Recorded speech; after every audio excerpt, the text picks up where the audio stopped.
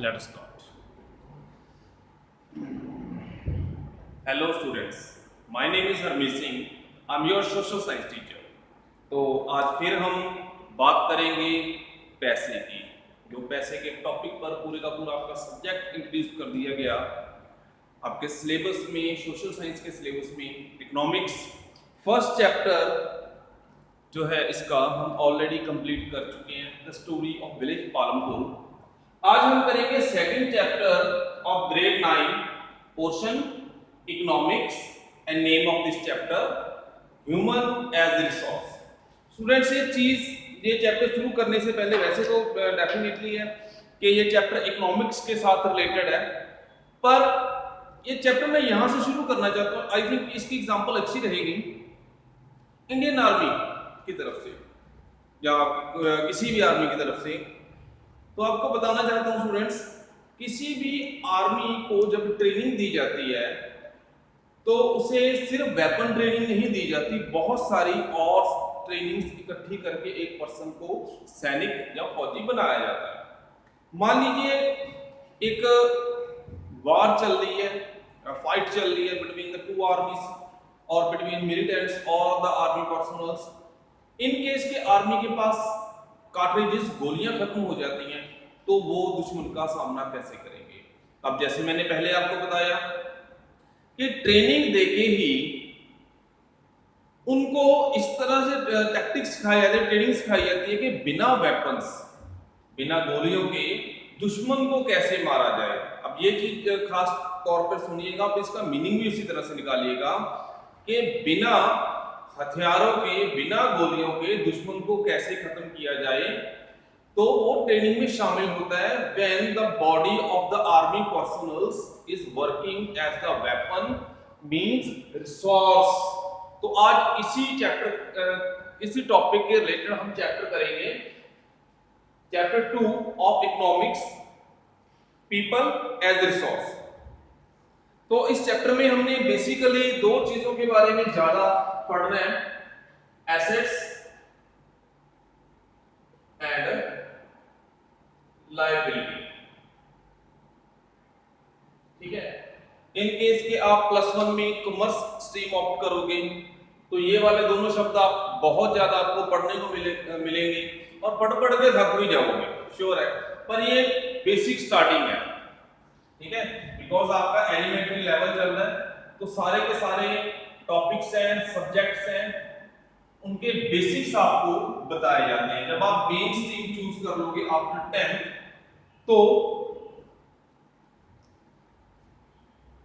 तो आप उस पर्टिकुलर सब्जेक्ट के बारे में या पर्टिकुलर डायरेक्शन जो आपकी स्टडीज की है उसके बारे में प्रॉपरली ध्यान दे पाओगे, उसके बारे में और डीपली नॉलेज गेन कर पाओगे।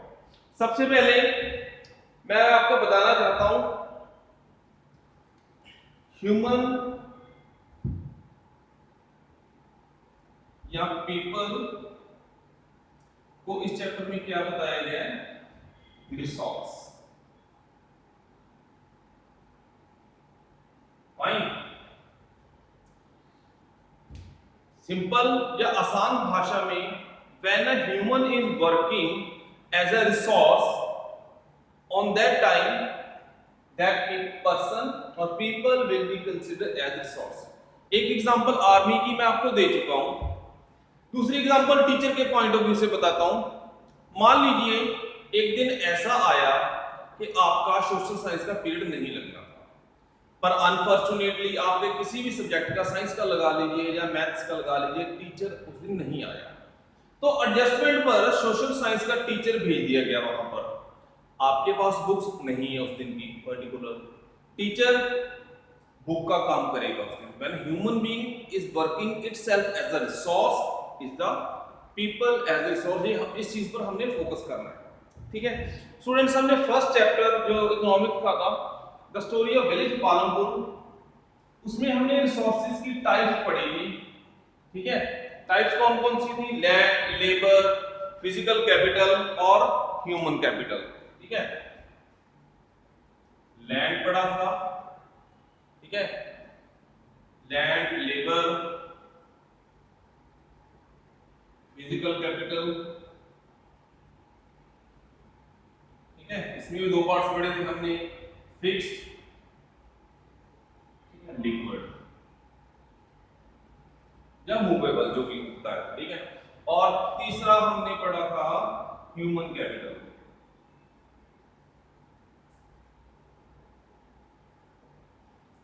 स्टूडेंट्स आप मैंने उस चैप्टर में भी बताया था कि जो ह्यूमन कैपिटल है ये अपने आप में ऊपर वाले तीन जो है रिसोर्स है, फैक्टर्स ऑफ प्रोडक्शन है, उसमें सबसे ज्यादा सुपीरियर रहती है।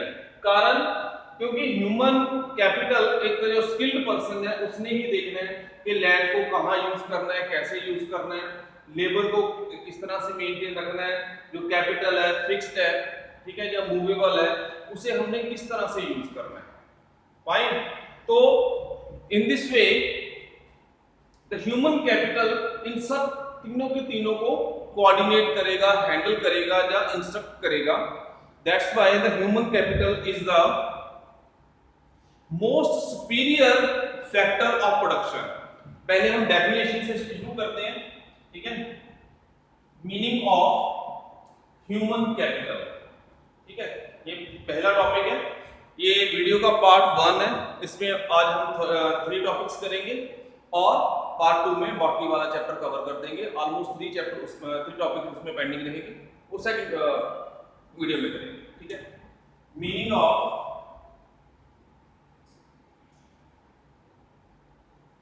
Human capital.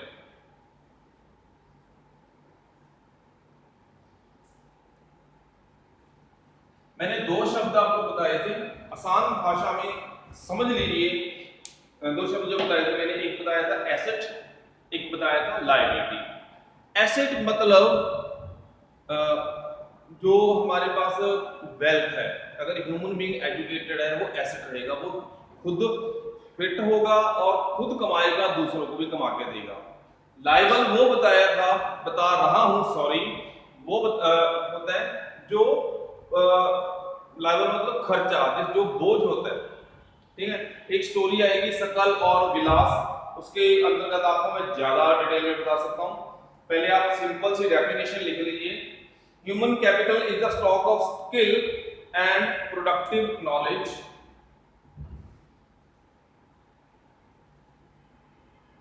human capital is a stock of skill and productive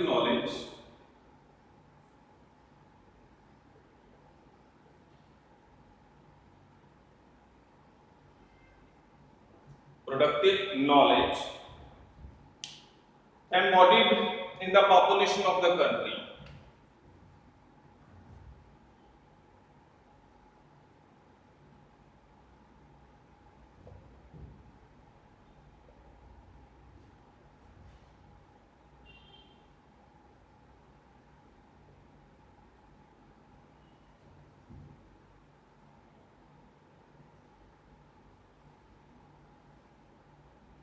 This is the definition of human capital. अब इसे आसान भाषा में समझाऊंगा, पहले आप नोट कर सकते हैं। और हमेशा की तरह मेरी रिक्वेस्ट रहेगी कि जब भी आप वीडियो कोई भी देखो तो प्लीज प्लीज प्लीज अपने साथ नोटबुक, टेक्स्ट बुक और पेन लेके बैठिएगा, अपने पास रख के बैठिएगा, ताकि आप ये नोट कर सको, जो भी डाउट होता है ऑन स्पॉट नोट कर सको और क्वेरी के लिए हमसे भी कांटेक्ट कर सको। चलिए अब इसे समझते हैं भी क्या लिखा हुआ है। जो ह्यूमन कैपिटल है, जब ह्यूमन बीइंग एक कैपिटल बन चुका, फैक्टर ऑफ प्रोडक्शन बन चुका, ठीक है, ये ह्यूमन कैपिटल वही है।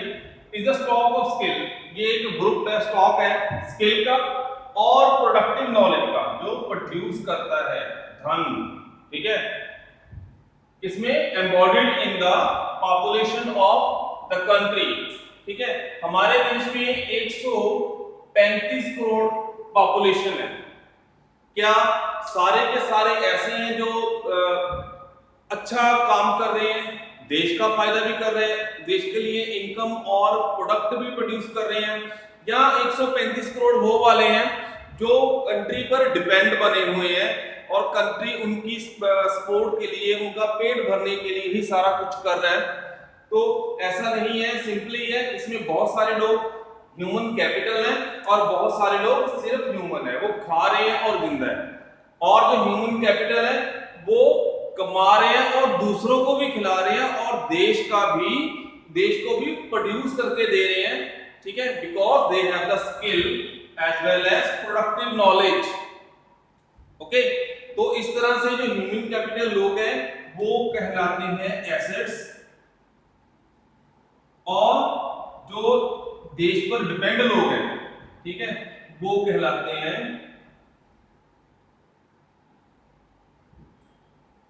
लायबल। ठीक है, उसे बोला जाए लायबिलिटी। जो लोग खुद कमा रहे हैं और देश को भी कमा के दे रहे हैं, दे आर द एसेट्स, और जिनके लिए देश खर्चा कर रहा है वो लायबिलिटी हो जाती है, जो डिपेंड है, ठीक है, दूसरे शब्दों में बोझ। फाइन। अब ये स्किल या ह्यूमन की फॉर्मेशन ह्यूमन कैपिटल में कैसे हो जाएगी, या इसके फायदे क्या है? अगर मैं दो कंट्रीज को कंपेयर करता हूं पहले, फिर आपको थोड़ा सा और डिटेल में इसकी इंफॉर्मेशन, इसका मीनिंग क्लियर हो जाएगा।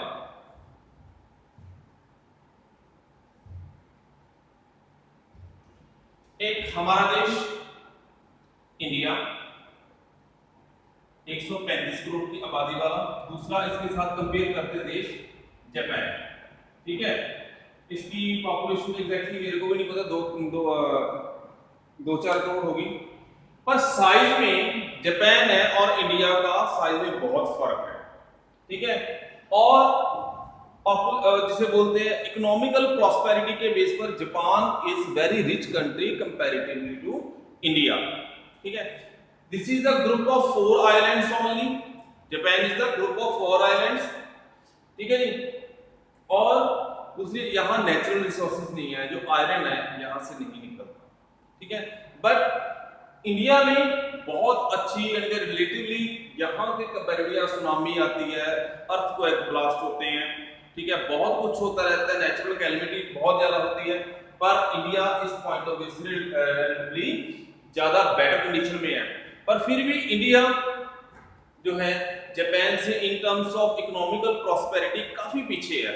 रीजन वही कि वहां के ज्यादातर जो लोग हैं, जापान की जो गवर्नमेंट है या जापान जो देश है, वो देश के लोग ह्यूमन, उसकी कंट्रीब्यूशन किसकी ज्यादा है, ह्यूमन कैपिटल की है, और हमारे यहाँ ह्यूमन प्लस ह्यूमन कैपिटल है, ठीक है। अब क्लियर हो गया। अब इसके बारे में थोड़ा सा और पढ़ेंगे, ह्यूमन जो कैपिटल कैसे हो जाती है, कि आम हार्ड मास का पुतला ह्यूमन बीइंग एक ह्यूमन कैपिटल कैसे बन जाता है। पहले मीनिंग तो आपको मैंने क्लियर कर दिया, कुछ इसके साथ रिलेटेड पॉइंट्स हैं, ठीक है, कैसे होता है, ठीक है जी। When huge investment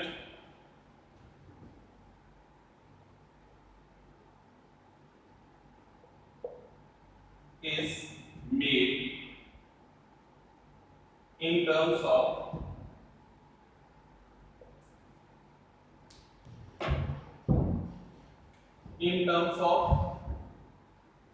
education, healthcare and training, ठीक है। जब वो देश अपने सिटीजन्स पर इन्वेस्टमेंट, ह्यूज इन्वेस्टमेंट करता है, इन्वेस्टमेंट का मीनिंग प्लीज ये नहीं समझ लेना कि आपकी पॉकेट में 10 रुपीज या 100 रुपीज डाल दिए कंट्री ने या गवर्नमेंट ने और उनकी इन्वेस्टमेंट होगी। No, this is not the investment. तो अगर कंट्री ह्यूज इन्वेस्टमेंट करता है in terms of proper education, health care and training, ठीक है, तो वहां के जो सिटीजन है, ह्यूमन है, वो ह्यूमन कैपिटल में फॉर्मेट हो जाते हैं। कैसे? देखो, एजुकेशन आप ले रहे हैं, हेल्थ केयर का का भी ख्याल रखा जाता है by through the government, by through the parents. Okay, training आपको मिलती रहती है। जैसे अभी तो चलो खैर आप 9th स्टैंडर्ड में, फिर भी आपको ट्रेनिंग मिलती है मोबाइल कैसे चलाना है, how to drive a car, how to withdraw cash from ATM, how what is the bank balance and this and that, सारा थोड़ी थोड़ी, जहाँ सोसाइटी में किस तरह से बिहेव करना है, सोशलाइज कैसे करना है अपने आप को, ये सारी की सारी ट्रेनिंग है। तो आने वाले टाइम में आप डिल्यूट हो पाओ properly in the society to produce something. ठीक है, ह्यूज कैपिटल इन्वेस्टमेंट इसे बोलते हैं फॉर द ह्यूमन बीइंग। ठीक है, दूसरा पॉइंट इसमें इसके अंदर पॉइंट जाता है, इसके अंतर्गत पॉइंट आएगा जो एजुकेटेड लोग हैं,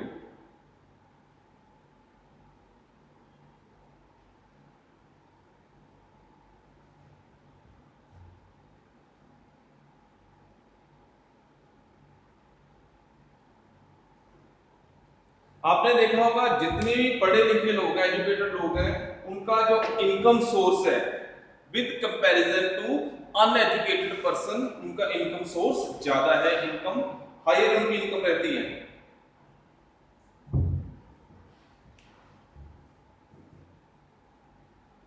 हेल्दी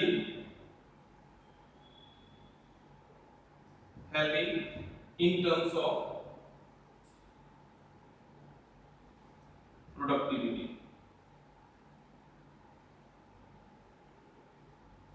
अगर ये हमने हिंदी में भी होगा, इंग्लिश में होगा, अगर हमारी हेल्थ अच्छी है तो हमारा ब्रेन भी अच्छा होगा। अगर एक पर्सन हेल्दी है तो वो बेटर तरीके से और ज्यादा अच्छा तरीके से प्रोड्यूस कर पाएगा कुछ भी। ठीक है, चाहे वो सॉफ्टवेयर लगा लो, चाहे वो और किसी किस्म की प्रोडक्शन हो जाए। फाइन।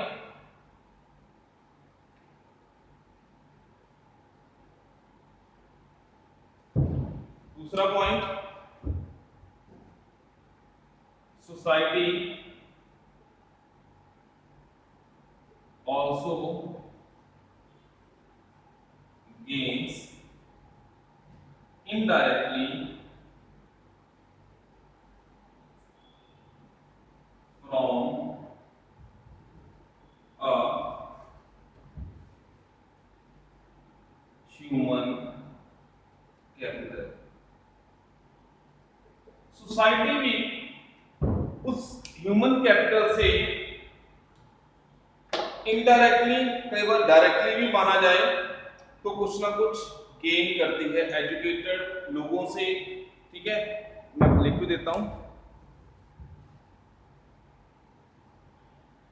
एजुकेटेड और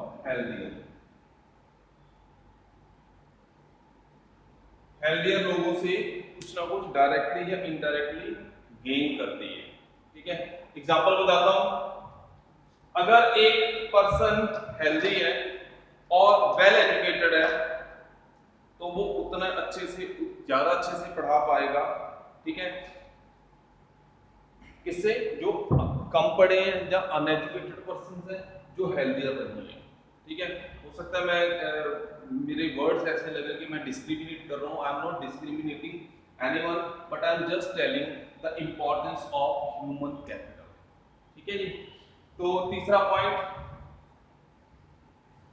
एक मिनट,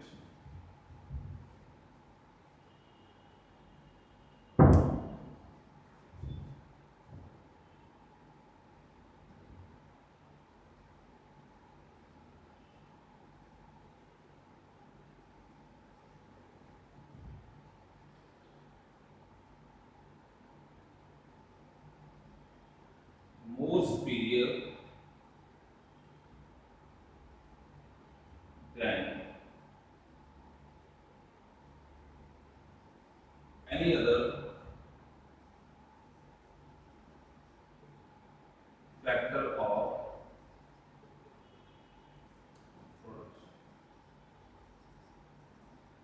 फैक्टर ऑफ प्रोडक्शन हमने पिछले चैप्टर में पढ़ा था, और अभी अभी मैं आपको ये बता के हटाऊं कि जो ह्यूमन कैपिटल है it is more important than any other factor of production. Factor of production कौन कौन से?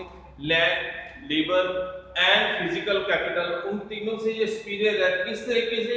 क्योंकि ह्यूमन के पास दिमाग है और वो यूटिलाइज करता है अपने दिमाग को, लैंड को कहाँ यूज करना है, लेबर को कहाँ यूज करना है, फाइन, लेबर को कहाँ यूज करना है, और फिजिकल कैपिटल कितनी लगानी है, कितनी नहीं लगानी, कैसी क्वालिटी की है। तो सिंपली ये मीनिंग में आ जाता है और इंपॉर्टेंस में आ जाएगा कि what is the human capital and what is the importance of human capital. ठीक है स्टूडेंट्स, आई थिंक थोड़ा आपको क्लियर हो गया होगा कि ह्यूमन और ह्यूमन कैपिटल में फर्क किस चीज का है। Human is the liability on the country and human capital is the asset of the country. अब एक और एग्जांपल बताता हूं एसेट और लायबिलिटी में। मान लीजिए आपने एक मशीन खरीदी, ठीक है, मशीन का काम है प्रोड्यूस करना। मान लो ये वाला मार्कर प्रोड्यूस कर रही है, आप मार्कर को सेल करके उससे पैसे कमा रहे हो and that is the asset of yours, fine. और कंपैरेटिवली में आप दूसरी मशीन मानो कि वो प्रोड्यूस तो कुछ नहीं कर रही, पर उस पर डेली की तरह हमें 1000 रुपीज उसकी रिपेयरिंग कॉस्ट पड़ रही है। अब वो मशीन कमा के तो दे नहीं रही, उस पर ऊपर हमारे पर खर्चा डाल रही है, एक किस्म का हमारे लिए बोझ होगी, दैट इज द लायबिलिटी। और this is the main difference between human and human capital. Human capital can be considered as asset and the human only जो कुछ नहीं करते, skilled नहीं है और working का उसका मन भी नहीं है, that will be considered in the category of liability। ठीक है, इसके बाद हम जो सेकंड टॉपिक पढ़ेंगे, जो हमारी बुक में स्टोरी दी हुई है, स्टोरी ऑफ सकल एंड विलास। ठीक है, पहले ये स्टोरी बताई जाएगी, थोड़ा बहुत मैं अपनी तरफ से कुछ ना कुछ ऐड ऑन कर दूंगा, फाइन।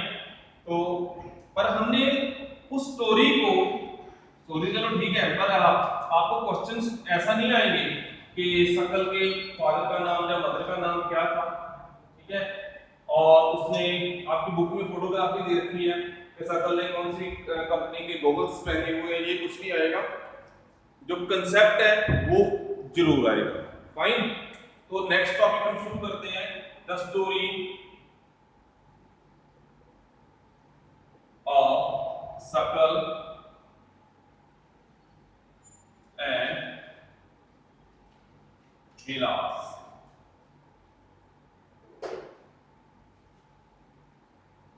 आपकी फोटो में दो लड़के दिखाए हुए हैं। एक पर्सन जो है उसका नाम है सकल, जिसने गॉगल्स वगैरह पहने हैं, ठीक है, और दूसरे को देखिए, दूसरा लड़का जो बैठा हुआ है, ठीक है, उसका नाम विलास है। अब स्टोरी हम थोड़ी सी कुक करते हैं। मान लीजिए ये दोनों बचपन के फ्रेंड्स हैं, नेबर हुआ करते थे किसी टाइम में, ठीक है, और काफी सालों बाद ये आपस में मिले हैं। आप जस्ट इमेजिन कर लीजिए, ये बुक में नहीं लिखी हुई, पर मैं आपको इमेजिनेशन दे रहा हूं। सबसे पहले हम करते हैं बात सकल की, ठीक है, सकल जिसने गॉगल्स पहनी हुई है और पैंट शर्ट अच्छी पहनी है। इसके बारे में बुक में बताया हुआ है कि ये इसका नाम सकल है, इसके पेरेंट्स ने इसे प्रॉपर एजुकेशन प्रोवाइड करवाई है, ठीक है।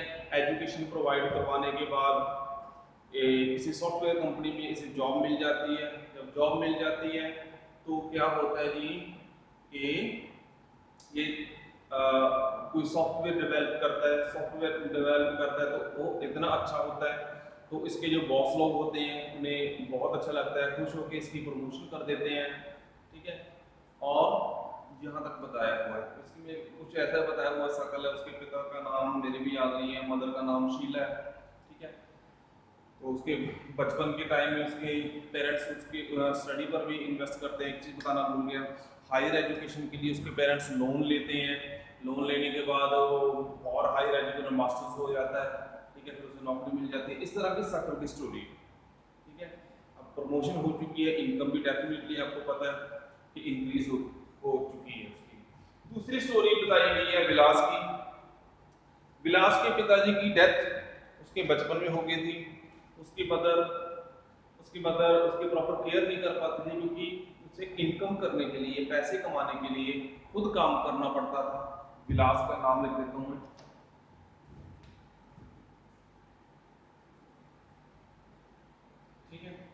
तो उसकी मदर फिश कच्ची मच्छी सेल करके उसका पालन पोषण करती है, पर वो प्रॉपर एजुकेशन नहीं ले पाता। अब उसकी मदर उसकी ज़्यादा ना केयर कर सकती थी, केयर नहीं कर सकती थी, इसीलिए इसे कोई ना कोई डिजीज़ हो जाती है। वो अक्सर वो बचपन में ही बीमार रहने लग जाता है, काफ़ी वीक रहता है। तो जब वो बड़ा होता है, ठीक है, तो वो भी ये फिश सेल का काम शुरू करने लग जाता है। अब स्टोरी तो बता दी, अब इसमें जो कॉन्सेप्ट है हम उस पर फोकस करें कि इसमें एक्चुअल में बताने की क्या कोशिश की गई है। यहाँ इसे ये एस्टैब्लिश कैसे हो गया? दोनों की दो चीजें मिली, फिर क्या मिला? पहला एजुकेशन इसे मिली, ओके। दूसरा इसे क्या मिला जी? हेल्थ केयर, ठीक है। तीसरा इसे क्या मिला?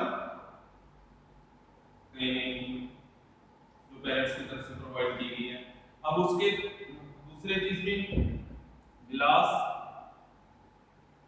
No education,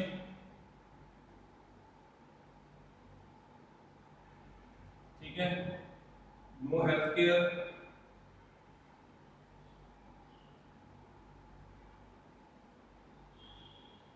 no training.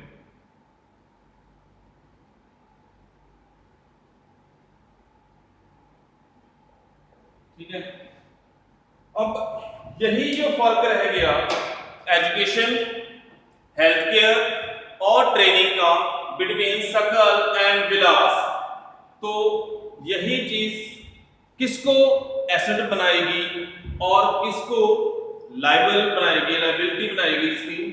तो डेफिनेटली यहां आपको काफी अच्छी तरह से आंसर मिल गया है, ठीक है। कुछ एक्सेप्शंस के बारे में भी मैं बात करूंगा। तो यहां क्या चीज थी कि सकल के पेरेंट्स ने उसकी एजुकेशन पर सही तरीके से ध्यान दिया, उसे स्कूल भेजा, उसे भी स्टडी में मजा आने लग गया होगा, ठीक है। उसकी प्रॉपर हेल्थ केयर की गई, सकल की हेल्थ केयर अगर हेल्थ अच्छी थी तो उसने कुछ अच्छा करके अपनी जॉब ले ली, ट्रेनिंग भी थी उसके पास, ठीक है। अब सकल ने कंपनी में जाने के बाद सॉफ्टवेयर डेवलप कर दिया।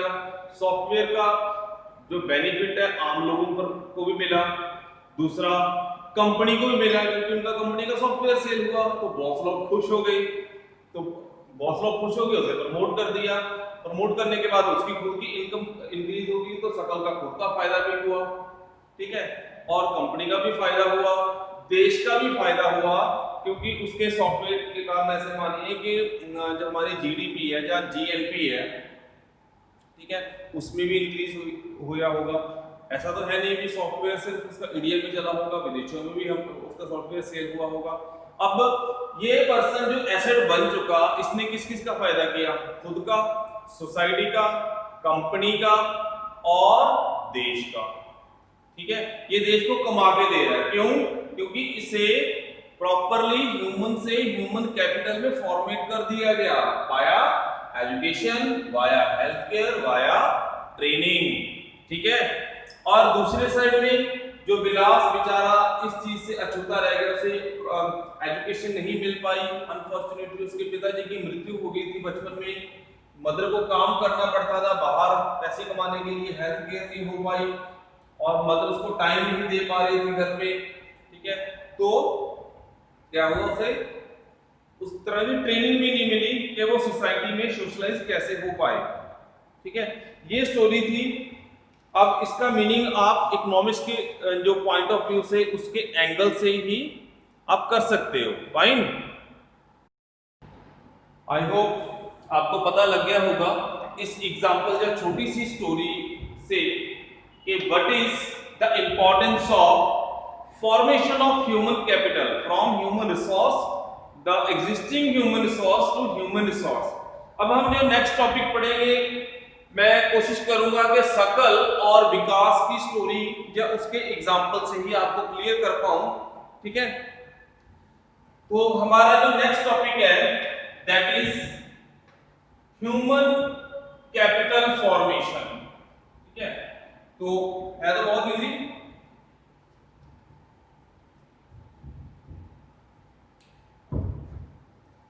ह्यूमन, ये हैशटैग लगा देता हूं, it is the big heading, human capital formation. ठीक है, पहले डेफिनेशन लिख लीजिए इसकी, let me change the marker.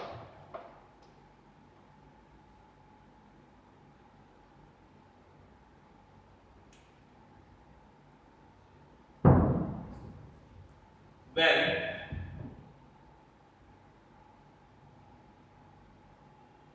existing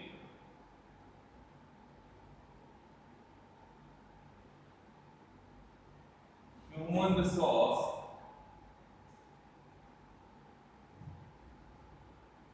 is further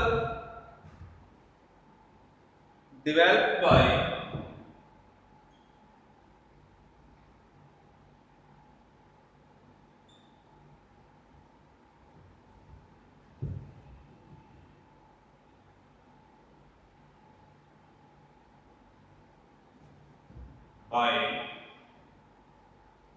further development by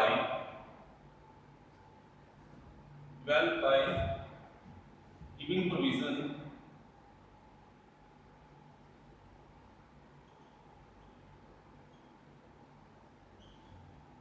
like education,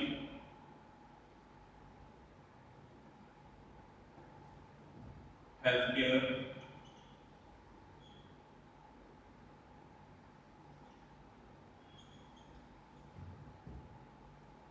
and training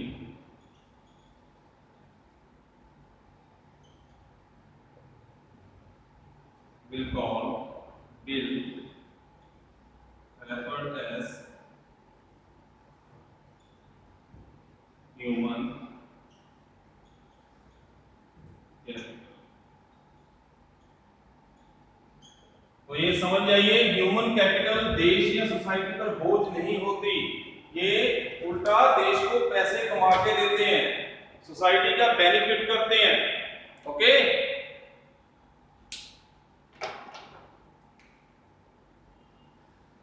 तो पहले डेफिनेशन को या मीनिंग को क्लियर कर देता हूं। When the existing human resource, जब एक आम जो ह्यूमन है उसे फर्दर डेवलप कर दिया जाए by giving provision like education, health care and training, तो वो क्या कहलाएगा? Human capital which is the asset of the country. Fine, तो इसके कुछ फायदे भी हैं, इसके रिलेटेड कुछ पॉइंट्स भी हैं। पहला पॉइंट पहले नोट कर रही है, पॉइंट्स में लिखवाता हूं।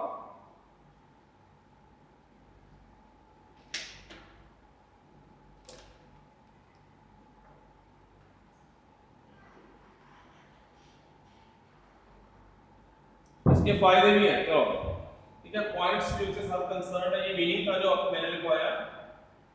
इसके साथ ह्यूमन कैपिटल फॉर्मेशन के फायदे क्या है, ठीक है, तो लिखिएगा, human capital formation ads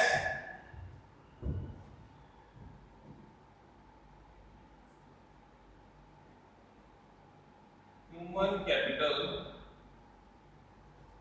formation adds the productivity power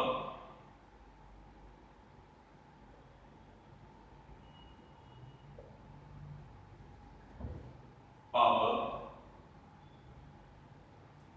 the country। ठीक है, ह्यूमन कैपिटल फॉर्मेशन का सबसे पहला और बड़ा फायदा ये है कि इसके कारण किसी भी कंट्री की प्रोडक्शन की पावर ज्यादा हो जाती है। अब देखो, प्रोडक्शन ज्यादा हो गई तो उसको वैल्यू में कन्वर्ट करके हमारे देश का फायदा होता है। ठीक है, किसी भी देश का फायदा होता है। इट इंक्रीज द ग्रॉस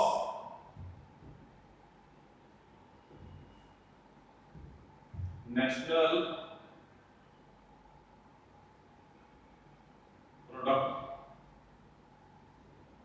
ठीक है, जीएनपी लिखेंगे शॉर्ट फॉर्म में। अगर यही ह्यूमन एसेट या ह्यूमन कैपिटल कुछ ना कुछ प्रोड्यूस करेंगे, चाहे वो गुड है, कोई चीजें या वस्तुएं, चाहे वो सर्विस प्रोड्यूस कर रहे हैं, उसके कारण उसकी जो वैल्यू होती है हमारे देश की जीएनपी में शामिल हो जाती है। फाइन, चाहे जो वो पर्सन विदेशी मुद्रा डॉलर्स कमाए, ठीक है, या इंडिया को डॉलर कमा के दे, तो इसके कारण इंक्रीज होता है इन द कंट्रीब्यूशन ऑफ, ठीक है, contribution of gross national product.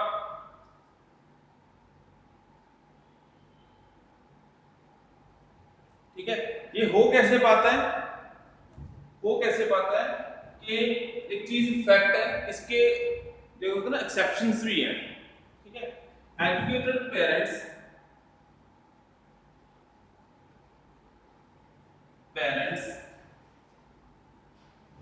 Invest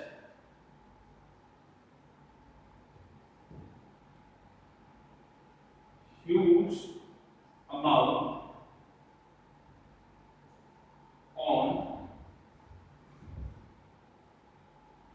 on the formation of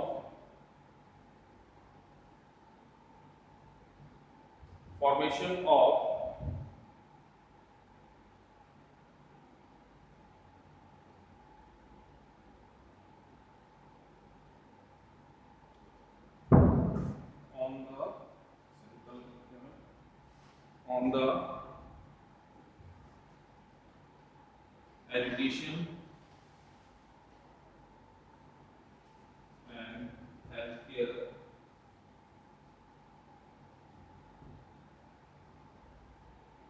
of their children.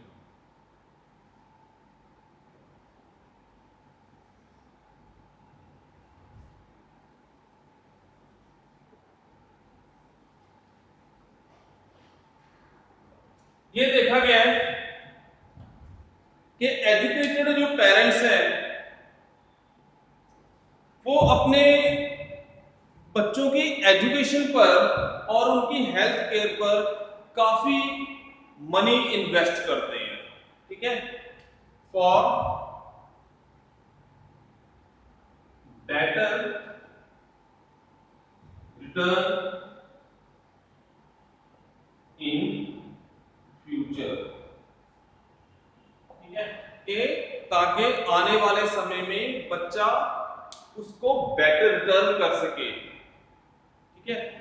या वैसे तो ये बात सच है कि जैसे तुम बोलो जोक्स अपार्ट कि बच्चा पढ़ लिख के एजुकेटेड होके, ठीक है, ऐसा कमाए कि वो अपने लिए भी और पूरे देश के लिए भी, सोसाइटी के लिए भी कुछ ना कुछ वो करके दे, ठीक है। एक थोड़े से वर्ड्स मेरे को याद है, मैं एक बार जो सत्संग प्रोग्राम है वो देख रहा, तो उस जो प्रवचन करता थे लेडी थे कोई, तो उन्होंने कुछ शब्द बोले और डेफिनेटली भी वो शब्द आज तक मेरे को याद है, करीब 10-15 साल हो गए ये वाले शब्द सुने। उन्होंने 2 टाइप के लोगों की बात की, ठीक है, 2 टाइप के लोग। उन्होंने किस थोड़ा सा जिसे बोलते हैं ना मौसीकी के अंदाज में बोला था कि कुछ वो थे जो वक्त से ढल गए, भी जैसे जैसे वक्त ने उन्हें ढाला, जहां वक्त या टाइम के अनुसार दुनिया के अनुसार ढल गए, ओके।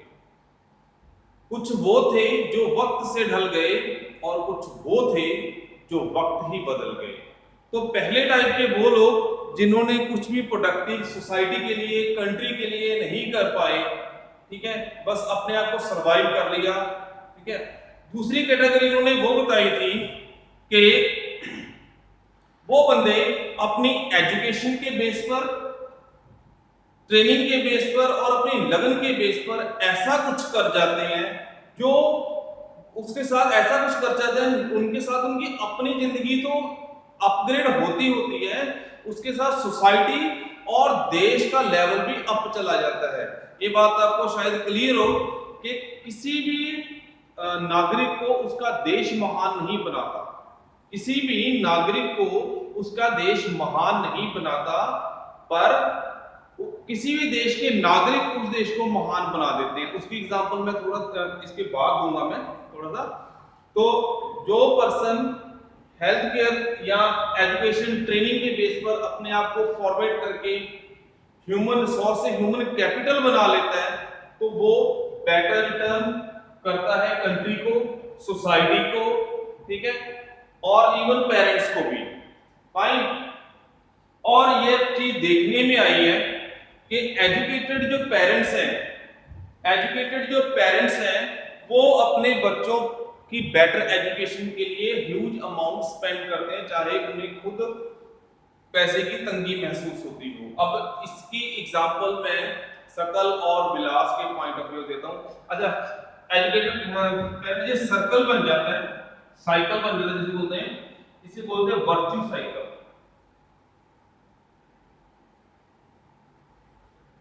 भी एक बार जो कहानी शुरू हो गई तो वो एज इट इज चलती रहती है। एग्जांपल मैंने सकल और विलास के पॉइंट ऑफ व्यू से ली थी। मान लीजिए कि जो है सकल के माता पिता है, ठीक है, थोड़ा साइड पे थोड़ी ड्राइंग मेरी आपको पता है कुछ ज्यादा अच्छी है, तो इनके साथ हम सकल को रखेंगे, सकल का साइज छोटा कर देते हैं, ठीक है।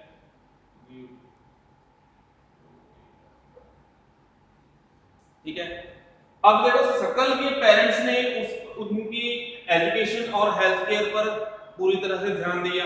सकल सॉफ्टवेयर इंजीनियर बन गया, उसे प्रमोशन भी मिल गई। सकल के बाद उसकी शादी हो गई, सकल के बाद में शादी हुई, ठीक है जी, और उसके बाद ये मिसेस शकल मान के चलो इसे, उसके बाद उसका बेटा, ठीक है। देखो सकल के पिताजी ने या उनके पेरेंट्स ने उसे एजुकेशन प्रोवाइड की, तो वो सकल सक्सेसफुल हो गया। अब सकल और उसकी वाइफ मिलके सकल के बेटे को उसी तरह से एजुकेशन और हेल्थ केयर प्रोवाइड करेंगे, ताकि वो भी अपने पिता मतलब सकल की तरह एस्टेब्लिश कामयाब हो जाए, ह्यूमन कैपिटल बन जाए, ठीक है। और ये साइकिल चलता रहता है, फाइन, ये साइकिल चलता रहता है, इसे भी साइकिल को बोलते हैं वर्च्यू साइकिल, ठीक है। अब आपके पास डेफिनेटली डाउट आता होगा आपके मन में कि सर ऐसा भी पॉसिबल है कि कई बार होता है कि मदर एंड फादर दोनों अनएजुकेटेड है, लेबरर है, ठीक है, पर फिर भी उनके बच्चे वेल एजुकेटेड हो गए। तो मैं इस चीज पर एड ऑन करना चाहता हूं। पहली, एक्सेप्शंस आर ऑलवेज देयर। दूसरा, ये काफी चीज बच्चों पर भी डिपेंड करती है कि वो अपने आप को एजुकेशन अपने आप को प्रोवाइड करवाएंगे या नहीं करवाएंगे। ऐसा भी एक्सेप्शन होती है कि सकल, मान लीजिए सकल के पेरेंट्स टोटली अनएजुकेटेड है, पर वो फिर भी सकल को पढ़ा पाए। अब सकल और मिसेस सकल दोनों के दोनों एजुकेटेड है, पर वो अपने बच्चे को प्रॉपर एजुकेशन नहीं प्रोवाइड कर पाए।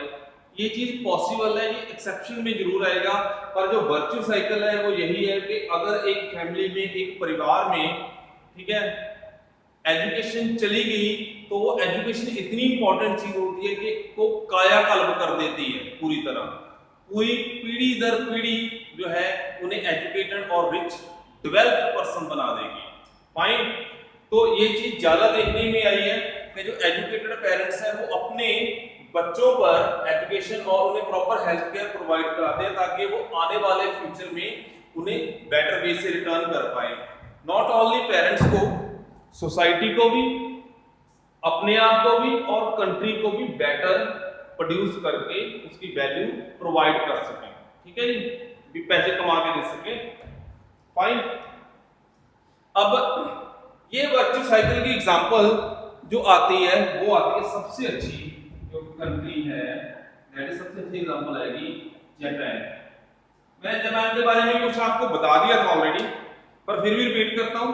जापान का जो साइज है इंडिया के कंपैरेटिवली बहुत ज्यादा छोटा है। ओके, इसका साइज बहुत ज्यादा छोटा है, पर फिर भी इसकी जो नेशनल इनकम है और पर कैपिटा इनकम है इंडिया के कंपैरेटिवली बहुत ज्यादा है। स्टूडेंट्स, आपको एक चीज का बिलीव भी होगा कि जापान में अगर कोई ट्रेन लेट होती है ना, तो आप गैस करो कितना टाइम लेट होती होगी। अगर ट्रेन लेट है, मैक्सिमम 15 सेकंड कोई भी ट्रेन लेट हो सकती है।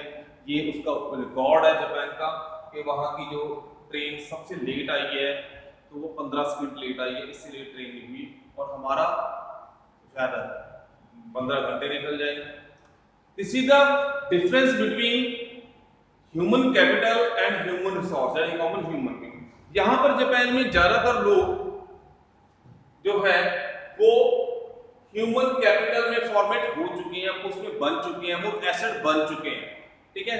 पर ये चीज सारे कंट्रीज पर एप्लीकेबल नहीं होती। जापान के बारे में एक और आपको फैक्ट बता दूं, अगर कोई बंदा अपनी ड्यूटी पे बैठा है, क्योंकि अपने ऑफिस की चेयर पे बैठा है और वहां पे सो जाए, तो उसे अच्छा माना जाता है। मजाक लग रहा है ना मेरी बात का, पर उसे अच्छा माना जाता है क्योंकि जापान के लोग है जो वो टोटली डेडिकेटेड है वर्क को।